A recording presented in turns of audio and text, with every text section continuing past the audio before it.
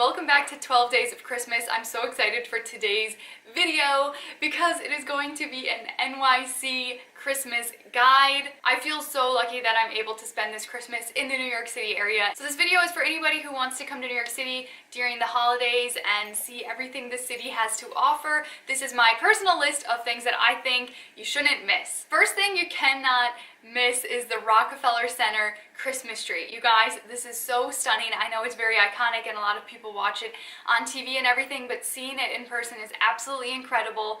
I have to be honest, when we first walked up to the tree, we walked up to the back and I was kind of like, wow, it looks smaller than I thought, but then we found the right viewing area, which actually is more in front of the Saks Fifth Avenue, and from there you get the full view of, they had a huge line of angels this year with the ice skating rink and then the tree and then the Rockefeller Center building right in the back. And it is just absolutely incredible. One of the most stunning sights I have ever seen. It is definitely not to be missed. It is a free attraction, but it is very, very busy. So you just have to be prepared for the crowds. I wouldn't probably recommend ice skating there because it was very, very crowded, but absolutely incredible to go and see. And right next to the Rockefeller Center tree is the Saks Fifth Avenue light show. Absolutely incredible light show going all over the building. The lights and the music and everything just made the whole experience so extremely magical. It felt more like I was at Disney World or Universal Studios. It was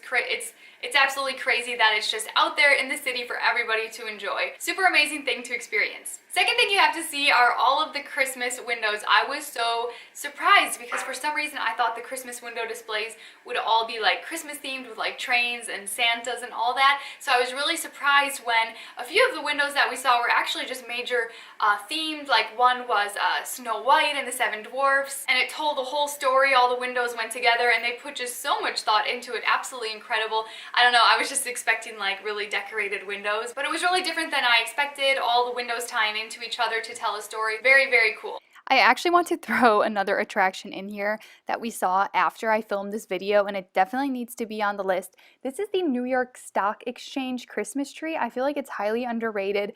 I thought it was so beautiful because unlike the Rockefeller tree, it has ornaments and a tree topper, and it's just absolutely gorgeous. I definitely think you should swing by Wall Street and check out this tree.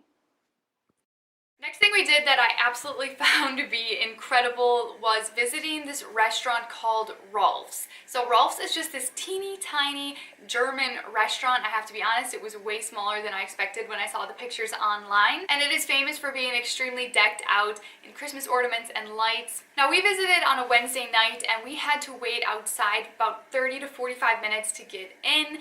I do think it was worth it, but if you have to wait more than 30-40 minutes, you might want to come back at a different time, maybe during the day. But once we got inside, it was absolutely just awe-inspiring. So, so beautiful. Very, very crowded, so if you do not like tight spaces, again, probably not the best thing for you to go and see, but the photos you can get in there are absolutely incredible. The drinks were extremely expensive. The food is also expensive, so just keep that in mind before you go so you are aware of it, but it's absolutely worth it. But while I was in line, I heard people talking about that there are similar places that are not as expensive or do not really have the line because they were not the original one, but they're also amazing, so something you could look into. Next thing you should go see is the Bryant Park Winter Village. This was actually my first time to Bryant Park during Christmas time, which is probably a great time to go and see it, and I was just in shock how beautiful this park was. The buildings around the park and the infrastructure, everything in Bryant Park is absolutely incredibly beautiful. I actually cannot wait to go back after Christmas and see how it looks in the summer and everything. But the Winter Village is so cute. You have the little shops set up like in a German Christmas market. I have to be honest, I've been to, a whole bunch of Christmas markets in Switzerland, in Germany, in Austria, and it didn't have the exact same charm. The little huts were not wooden and as authentic feeling, I guess. It was just a completely different kind of aesthetic. They were glass, so it was a little bit more modern than the Christmas markets that I have been to in Europe, but nonetheless similar types of things for sale. Very cute, very charming. But what made it so amazing was the ice skating rink in the middle with the Christmas music playing and all of the stunning buildings and skyscrapers all around it. It's very weird for me to be in this Christmas village and then you look up and you just see skyscrapers absolutely stunning. Again, and it was free. Of course, ice skating isn't free, but I do think compared to the Rockefeller Center, I would probably choose to go ice skating at Bryant Park. And I know this isn't exactly Christmas, but I do have to mention here the Macy's Thanksgiving Day parade. If you are in town a little bit before Christmas, this is absolutely amazing, and I guess this is kind of what kicks off Christmas in New York City, with Santa coming out at the end in front of Macy's. This is just really something incredible to see in person. The balloons are incredibly massive. Again, though, I have to say, crowds are very crazy. I feel like I'm saying that for everything, but it is true, and I just want to be honest with you guys.